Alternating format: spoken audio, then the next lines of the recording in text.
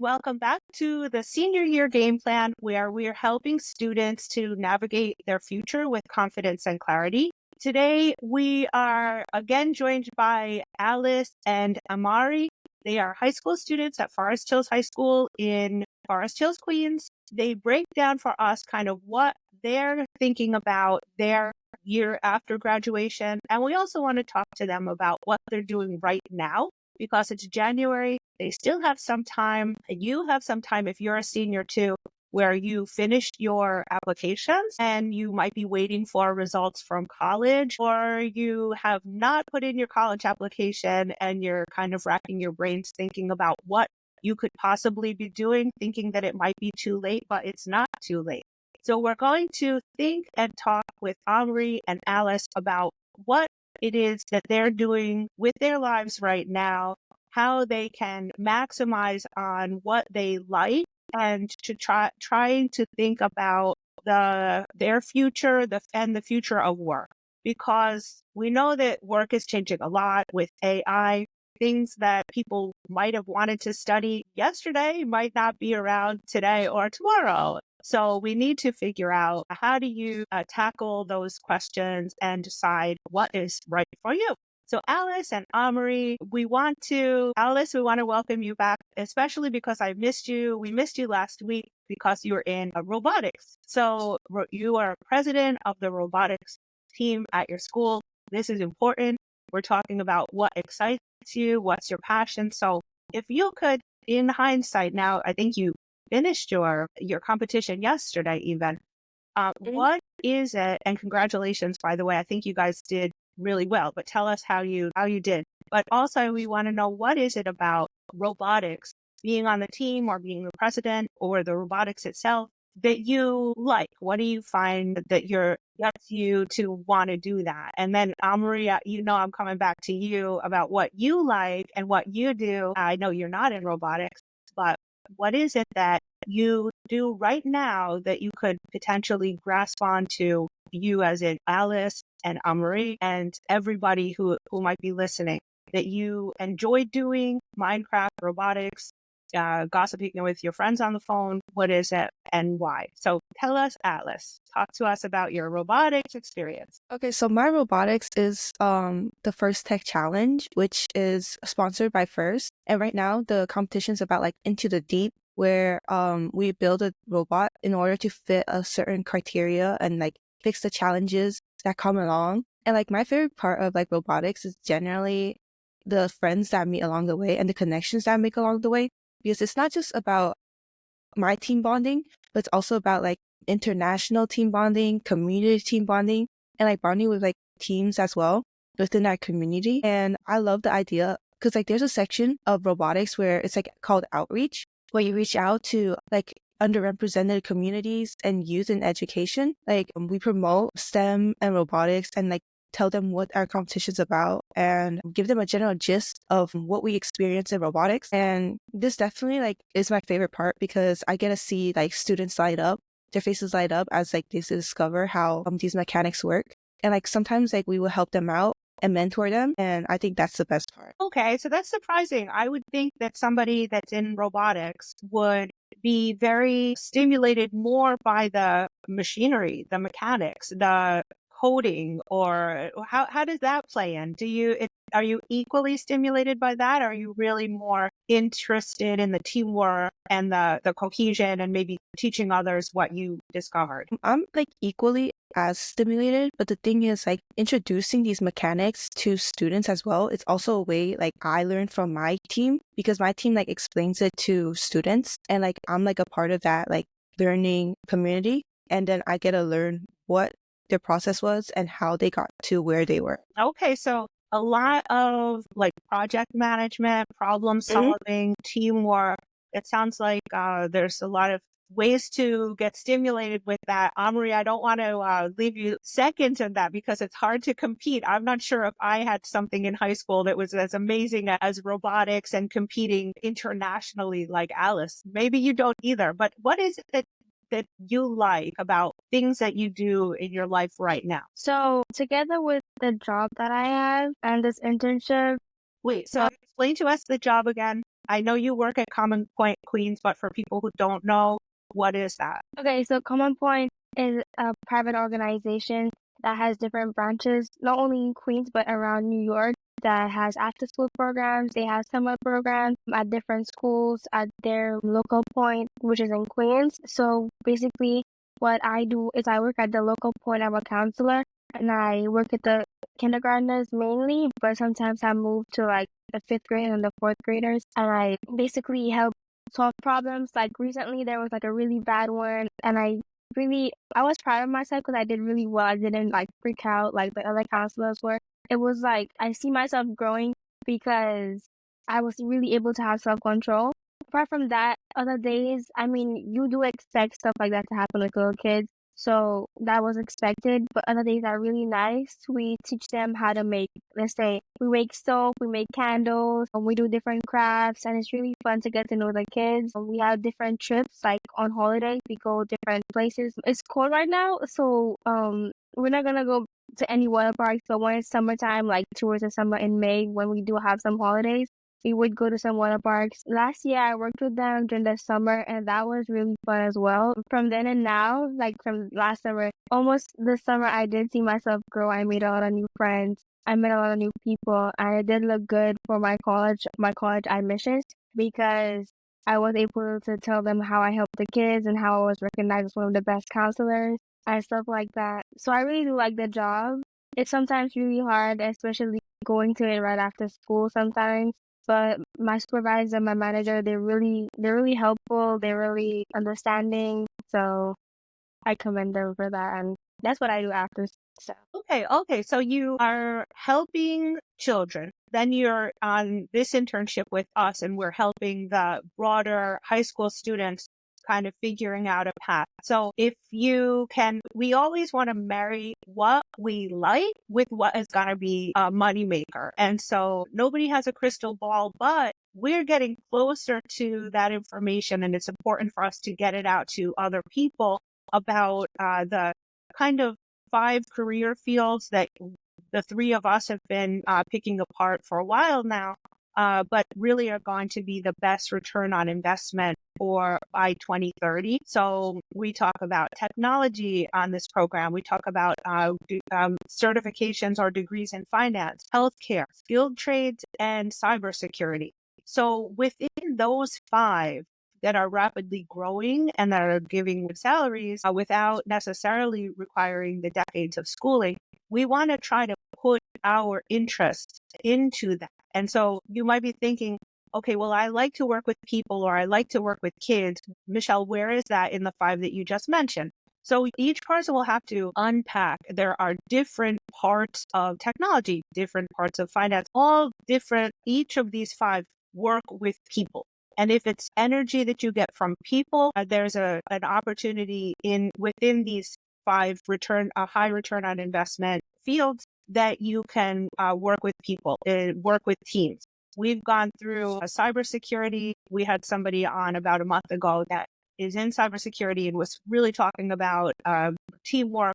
We also had someone in finance talking about the same thing, working on different projects, problem solving. So if it's the excitement of working with other people across in your company or across different industries or platforms, organizations, you can find in all 5 of these career industries that are in high demand that you can find something that will work with people. So we're talking about for Alice and Amarie, that they're potentially rewarded by working with teams, working with people, and we want to match it with the salaries that are going to be the best, so that you're not going to waste your time and energy studying something that is going to lead to a low-paying job. You can research this. We talked about it also, that the Bureau of Labor Statistics and the Occupational Outlook Handbook. If you're thinking about a career that you might be interested in, you want to look it up there. And so you can see what is the outlook? Will it be in high demand in the next 10 years? What is the salary? What are the requirements? So before you waste any time studying something that won't be lucrative, if you like to work with kids, what is the best way to do that in the parameters of careers that are going to be in high demand and well paid? No one says that teaching is out of the question, because if you like to work with kids, you want to work with little kids, of course, there's always going to be jobs like that, and you can get your license and certification. But if there's something that you can take away from the energy that you get from working with kids, is it that you like to play around with the arts and crafts, in which case graphic design? Amarie, we've talked about this with you, that you kind of like that. Maybe, so to break down what it is about something you're doing right now that gives you energy and will be high paying, that is the most important way to stay on top of the game plan when you're a senior and beyond. We want to talk about, Alice and Amarie, roles that you might be interested in based on what you like. But for right now, you have like 6 months before you graduate. Please tell us, how do you plan to utilize this 6 months? Is it going to be finding a part-time job, or finding an internship, or finding an apprenticeship, or sitting back? I wish that you have the luxury of sitting back, but in case you don't, or for me, I have a daughter the same age as you, I wouldn't advise her to sit back, because this is a time where you can step back and get some kind of quick certification online, potentially from Coursera, or you can look at an internship or an apprenticeship where you would potentially be job shadowing. So I'll start again with Alex and then go back to Amarie. What are you going to do with these next few months? As of right now, there's still application process that we still need to do, like mid-year report and final year report. So I think right now, the months that you gotta do is focus on school rather than having a lot on your plate, because right now grades are important still. And also financial aid, where there's FAFSA, and there's other ones like TOP or something like that. Those applications that I do. Okay, so it's still on with making sure your college application and your college, the whole process is not finished yet. You might have submitted some paperwork, but there's still more to do. What about and Amarie, what about you? Are you still in the application process? I guess the FAFSA and the financial aid and are there scholarships that you could still apply to? Well, I'm done with my applying to school. I haven't applied to TAP yet, mainly because I don't think I'm gonna be attending any in-state schools. I did FAFSA and everything. I am trying to look for more scholarships to apply to, because there's still some open left. So anything I could try to get in, I'm gonna get in. So in terms of that, yeah, I'm kind of done with school applications. There are, like Alice said, midterm reports. I don't have any end of term reports, but I do have many midterm reports I have to keep up with, so I have to send that in as well. Right. Okay. So you have a lot of things to do, where not necessarily the time to go and invest in applying for another program or a part-time job or getting a certification. That's fair enough. You still have your grades, your classes, everything that you're doing right now. So as you are in January and you're starting to look ahead of what colleges you might get into, any minute now you could get it in the mail or online, in an email. You want to start to, everything you're doing that makes you happy, you need to start to dissect that and think, why is that making you happy? What is it that energizes you about it?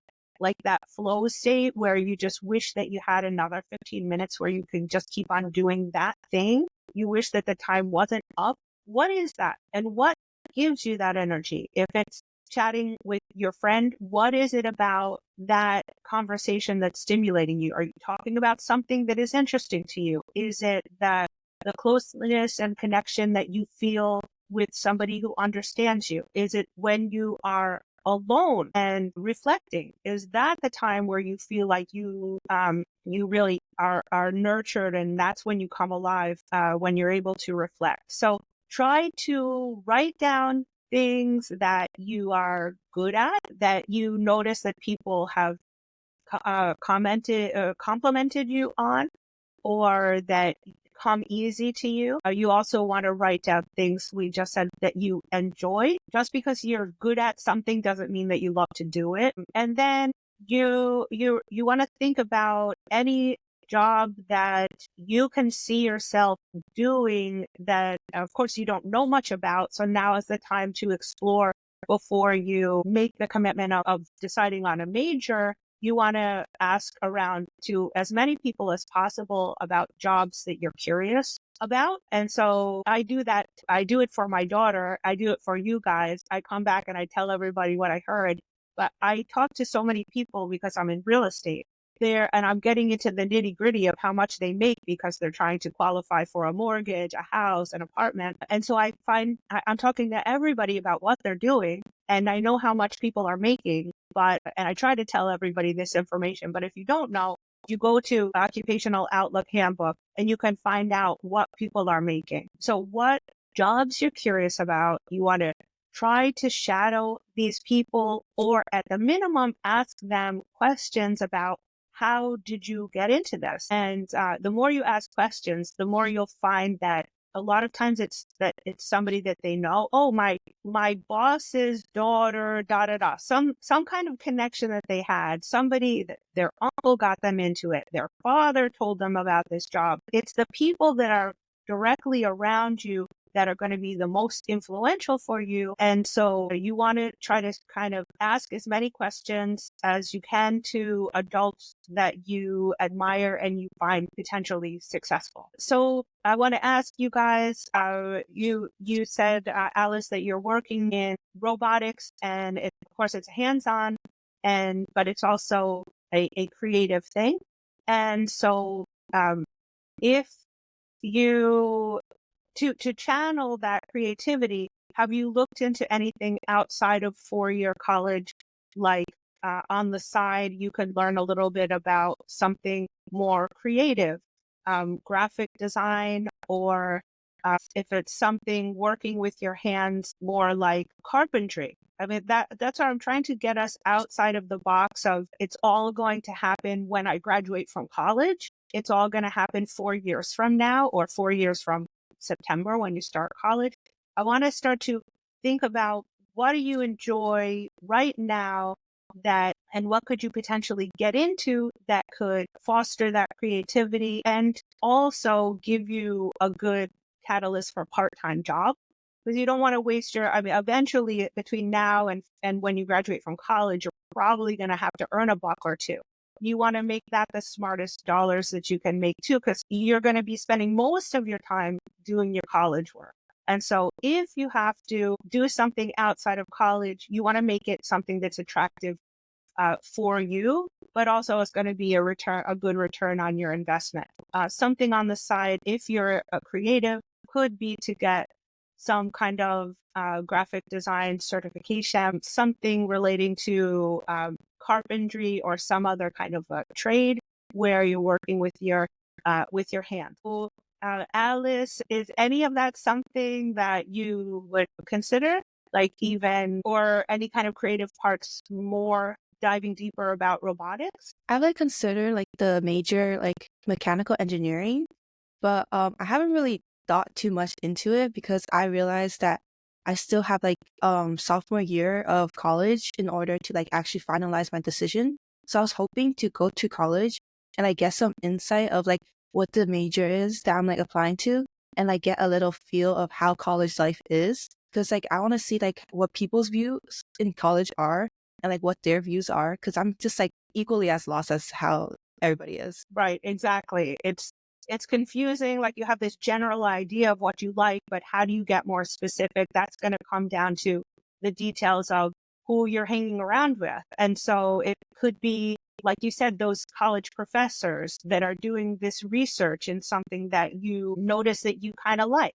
And so it's starting to starting to pay attention and be more mindful of what it is that gets you in that flow, gets you in that, oh, I wish I could do that for another 10 minutes type of feeling, and try to figure out why. And then the people that you're around, like your professors next year when you're a freshman, and the year after that when you have to decide, you're going to be spending between now and that moment picking everybody's brain, going to Occupational Outlook handbook, typing in their title, seeing their salary, seeing if that's something that like, oh, I need another 8 years of school to do that. Well, okay, maybe not. So you're going to be using those professors to really you're going to be asking them those questions. So Amarie, what about you? Is there something that you could do? You mentioned creatives with the kids and the arts and crafts. Is that something, and you've also mentioned before, because I know you for several episodes already, about graphic design. Is that something that you could potentially or would be interested in learning more about on the side, getting a certificate in graphic design or something that would nurture your creative side? A few months ago, graphic design was what I wanted to really get into. I really saw myself working in that field, working with a business and stuff like that. But when I really took a deeper step and thought about everything to do with it, the schooling, how much I would make as a real job, would I be able to sustain myself and move forward with that? It wasn't really appealing, but it isn't a good thing to go into. I still want to go into it.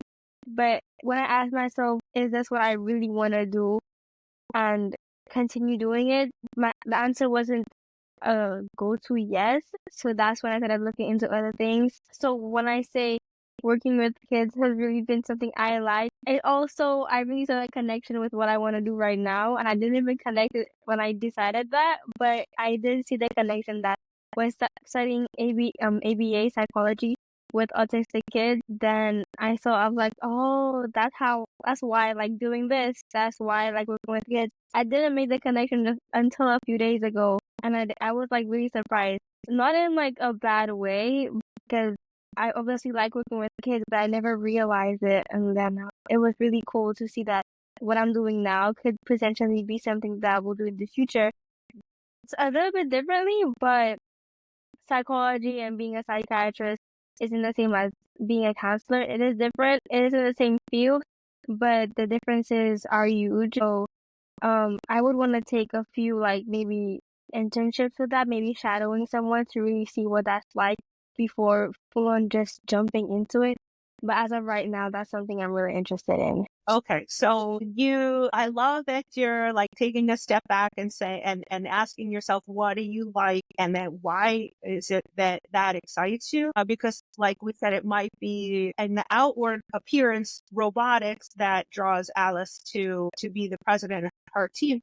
But then it's really about the connections and the people and not the making of the machine. So it's all a personal choice. But at the end of the day, it's important to make those wise decisions to those careers that are going to be in demand. Like I know a lot of students I've heard from, I'm a teacher as well. They love psychology because there's a lot of true crime type of episodes on now and podcasts. However, the role of a psychologist, when you think about the role of anything, who are you going to be working with? And is that okay with you? Or if it's a guidance counselor role, think about the guidance counselors that you know. How many? There's only 5 of them. No, I mean 10. There's very few for 3,400 students in your school. So the chances of nabbing one of those very few roles is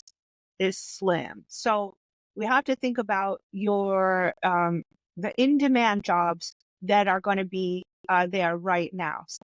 Maybe, for example, if somebody wants to be a doctor, but you don't want to, or you want to be in a role of a doctor or make the money of a doctor, but you don't want to deal with the blood. That's like my daughter. So, I mean, there's plenty of roles that are in science that do not lead you to blood. There's, of course, you have to check a couple boxes if biology is biology, but if you don't want to spend years in medical school, but you want to still work in a hospital, or if you don't want to be a teacher, but you still really like to work in a school? What are the other support roles in the school? And you say, oh, wait, there's a school psychologist. Again, there's only one for 1,000 kids. So chances of landing that role are small. So thinking about what you like and how to connect it with the high return on investment careers. Somebody could get potentially, if you wanted to be a doctor or you love science, you're going for years of school to be the highest paid that you can. In the meanwhile, you might run into something where you can't afford it anymore. Not everybody can go to 10 years of medical school without having a job somewhere in the middle of there. So having a job with a certificate in the medical field, even if it's relating to healthcare management, is a lower hanging fruit that can be accomplished much quicker and lead to decent money while you are getting that medical degree. Of course, medical degrees take a lot of your time and your resources and your energy. So we're talking about those who need to make money while they're studying if you're not on a full scholarship. So when we're talking about alternatives to something that will take a long time, we're talking about, or if you're going to be in something that takes a long time, like mechanical engineering, Alice said, you need your bachelor's and your master's. Sometimes you could get it in a 5-year degree or even a 4-year degree. They're trying to condense it more to make them more attractive. So those type of programs that are consolidated with your bachelor's and master's together, make it from a state school to make it even cheaper, could be a great option. But to get to the point where you know exactly the job that you want, the career that you want, we talked about job shadowing, we talked about chatting with nurses, electricians, IT professionals. It can really give you an insight into what these careers are actually like.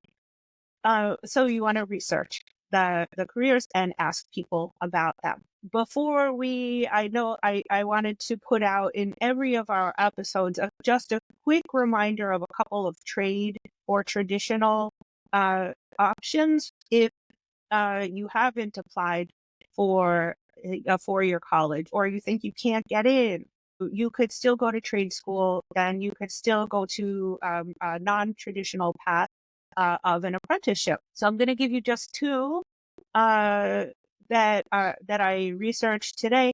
That one of them is, I wrote it on my screen and now I can't find it. Oh, okay, here we go.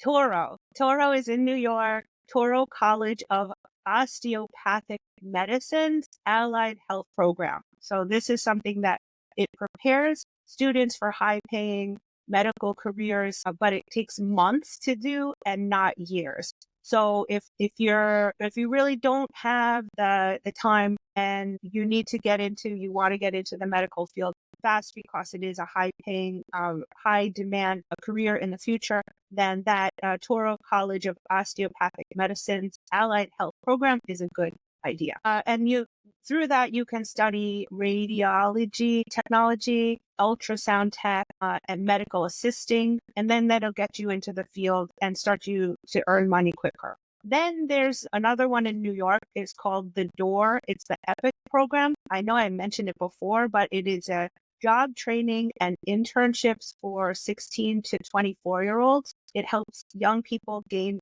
hands-on experience in industries like healthcare, business, and tech.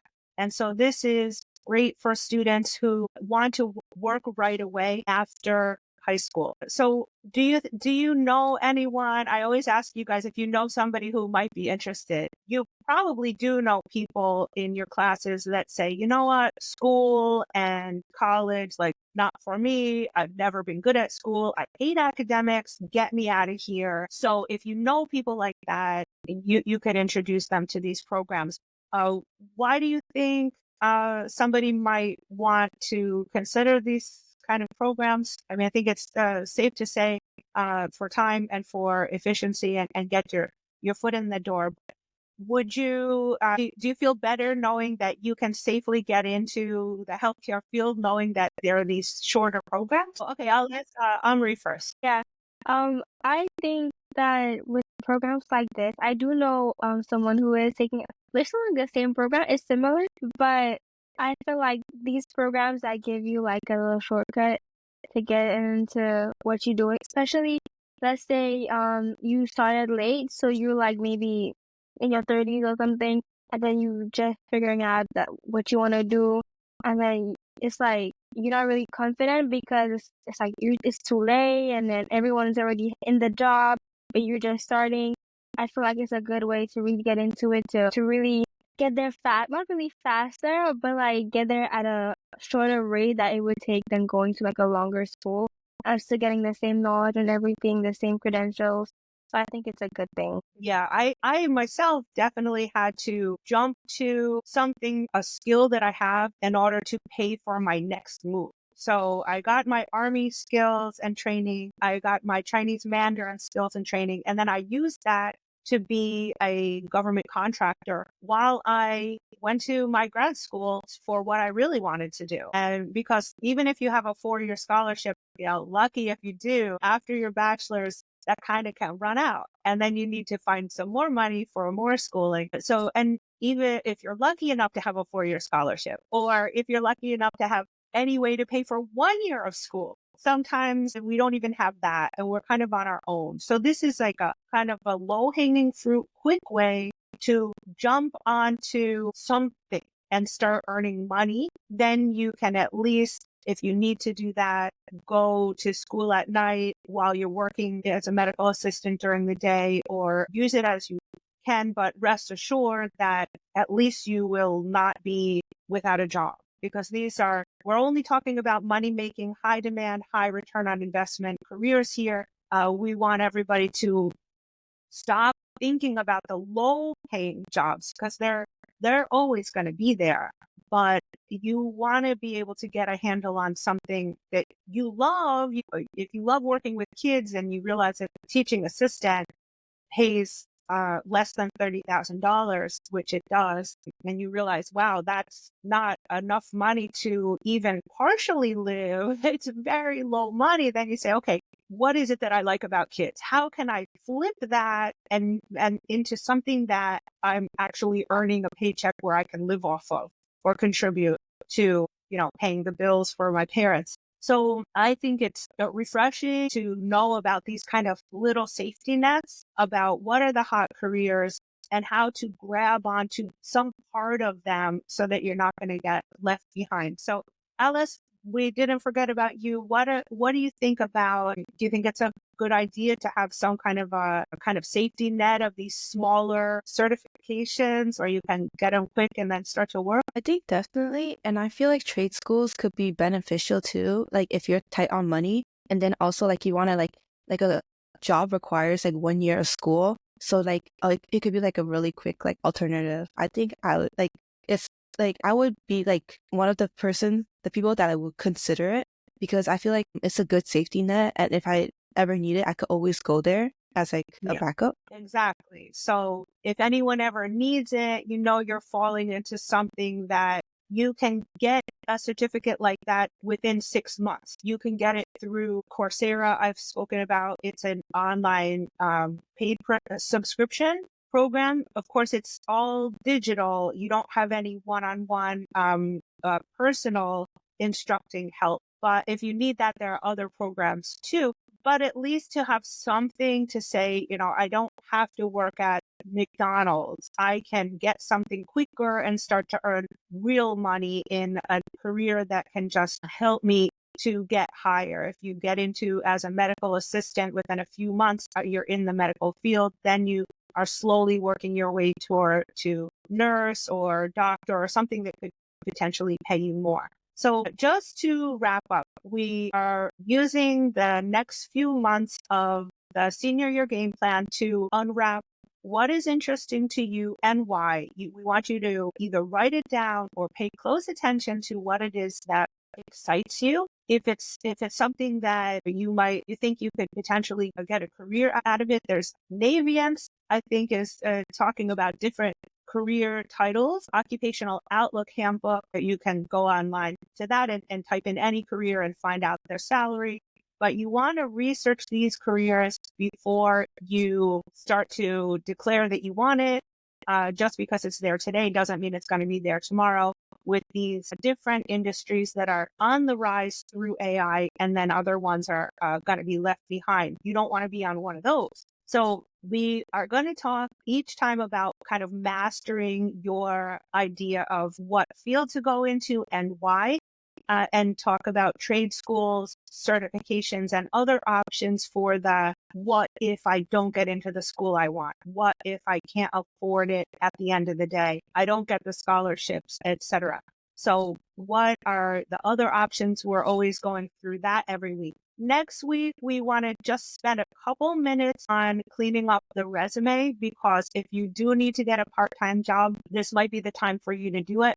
Store away a little bit of cash before you go to college. So we'll talk about 3 steps to cleaning up your resume so you can apply for any job. And we're always going to be talking about apprenticeships, kind of giving you the general idea of how you can earn while you learn.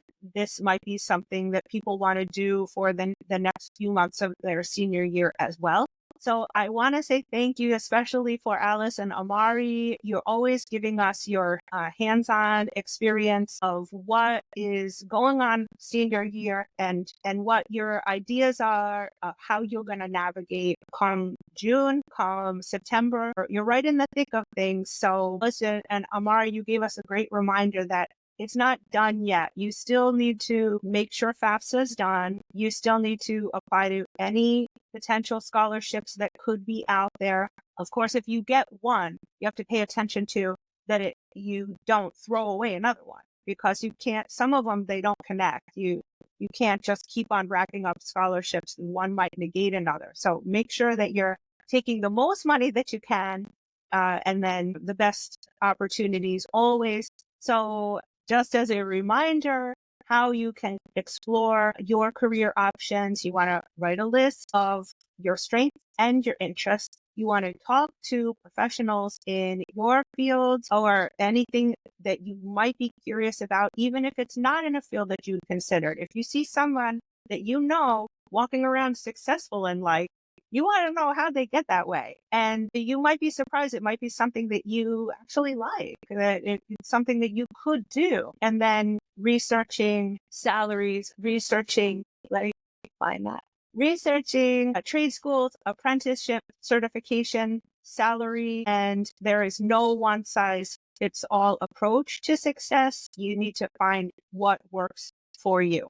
So thank you for tuning in to the Senior Year Game Plan. I want you to please subscribe and follow for more career insights, and then we'll see you on the next time. Thank you, Alice. Thank you, Amarie. Bye.